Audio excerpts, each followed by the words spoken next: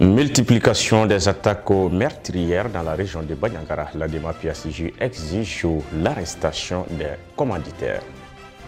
L'AIM prépare 200 nouveaux étudiants au bon choix dans leur cursus universitaire. Mesdames et messieurs, bienvenue dans cette édition de 19h de Nieta TV.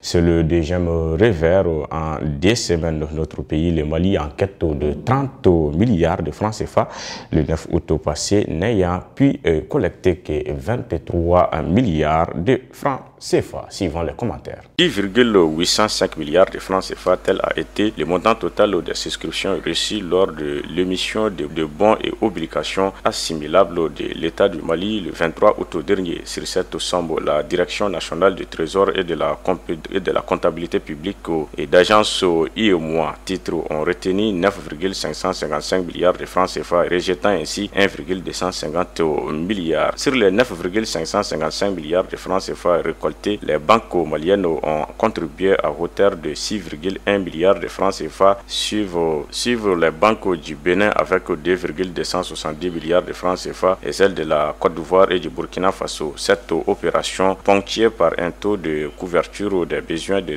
38,22%, est le second échec de l'État malien sur la place financière internationale. Échec qui pourrait être en rapport avec l'évolution de la situation sécuritaire et l'environnement global dans l'espace sahélien caractérisé par plusieurs incertitudes. Cette émission s'inscrivait dans le cadre du calendrier des interventions de notre pays sur le marché financier pour mobiliser l'épargne des personnes physiques et morales en vue d'assurer la couverture de besoins de financement du budget public malien. L'émission est répartie entre des bons d'une année et des obligations de 3 et 5 ans avec des rendements moyens respectifs de 8,56%, 7,79% et 7,95%. Si le Mali a échoué à mobiliser 25 milliards de francs CFA, il faut signaler que le mardi 22 août dernier, la Côte d'Ivoire a obtenu 88 milliards de francs CFA sur un objet de 80 milliards de francs CFA. Jeudi, le Sénégal a à son tour mobilisé 99 milliards de francs CFA alors qu'il était à la recherche de 90 milliards.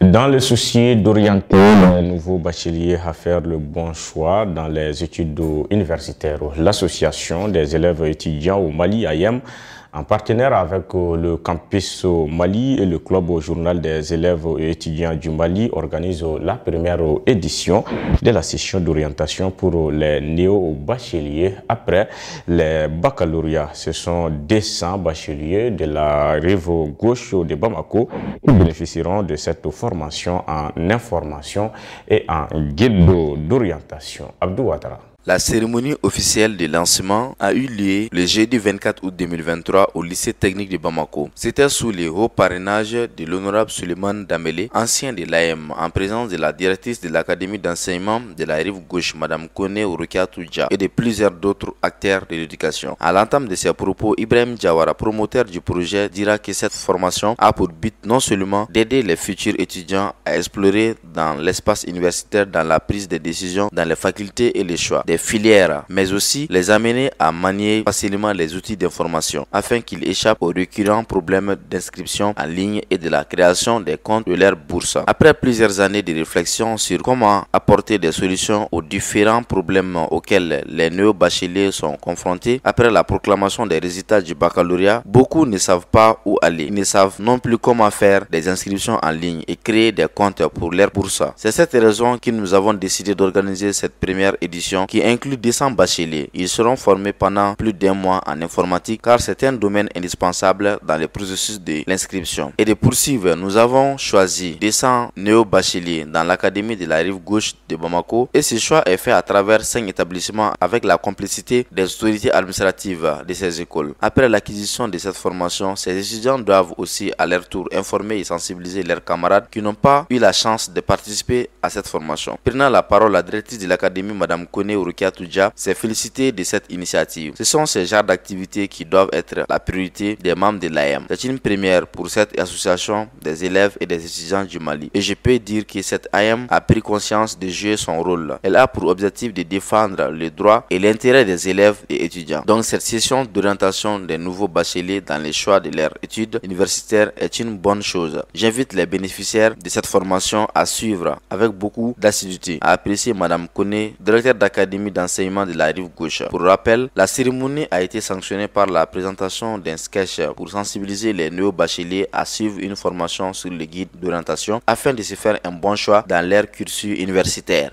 La démarche PACJ exhorte les autorités à entreprendre des actions diligentes afin d'identifier et traduire en justice les commanditaires, auteurs et complices des atrocités dans la région de Bandiagara. Dans un communiqué rendu public, le Parti africain pour la solidarité et la justice à Adema PACJ constate avec désolation et une profonde affection que des attaques d'une extrême violence attribuées à des groupes armés non identifiés ne cessent de se multiplier dans le centre du pays. Ces attaques, lit-on, ont occasionné des massacres épouvantables de populations civiles, des pillages de villages et hameaux ainsi que des déplacements massifs des populations civiles dont les plus récentes ont été perpétrées dans les villages de Bodjo, Komoka, Yaourou et Idjelina dans la région de Bandiagara. En ces douloureuses circonstances, l'ADEMA PACJ présente ses condoléances aux familles des disparus et souhaite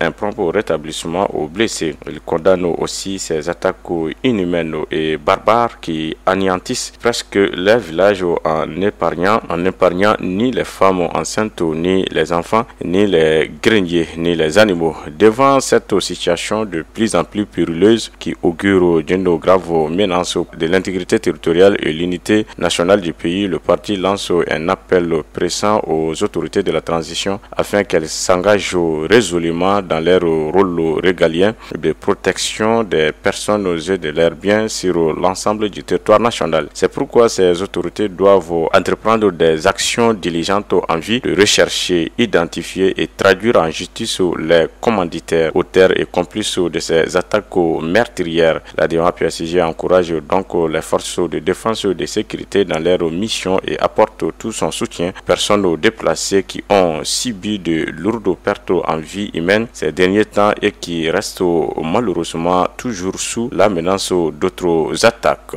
L'association panafricaine de lutte contre les moustiques section du Mali a procédé ce jeudi 24 août 2023 à l'hôtel de l'Amitié au lancement officiel de ses activités de lutte contre le paludisme. Abdou Ouattara. Selon le président de la PAMCA Mali, Dr Mamadou Koulibaly, tous les professionnels de la santé doivent et peuvent contribuer à la lutte contre les maladies vectorielles, notamment le paludisme. Notre association vient à point nommé quand on sait que les maladies à transmission vectorielle représentent environ 17% de toutes les maladies communicables et qu'elles sont responsables de plus de 700 000 cas de décès par an. Il y a eu 247 millions de cas de paludisme dans le monde avec 629 000 décès en 2021. Au Mali, les statistiques les plus récentes font cas de 2,6 millions de cas avec plus de 1400 décès, a fait savoir le président de PAMCA Mali, et de souligner d'autres maladies telles que la Zika, la dengue, la fièvre jaune, chikungunya sont les maladies transmises par les moustiques. Les moustiques tuent. Nous devons informer, former et sensibiliser les populations sur l'importance des moustiques. Ceci peut se faire tous les jours, mais il y a un jour consacré aux moustiques. En En plus, d'autres types d'anthropodes causent des maladies aux humains aussi bien qu'aux animaux. Dr Mamadou Coulibaly a saisi l'occasion pour lancer un appel à toute personne de bonne volonté, sans distinction, à se joindre à l'initiative qui vise à lutter et de prévenir contre le paludisme. Dans son discours de lancement, le recteur de l'Université des sciences techniques et des technologies de Bamako, professeur Wateni Diallo, dira que cette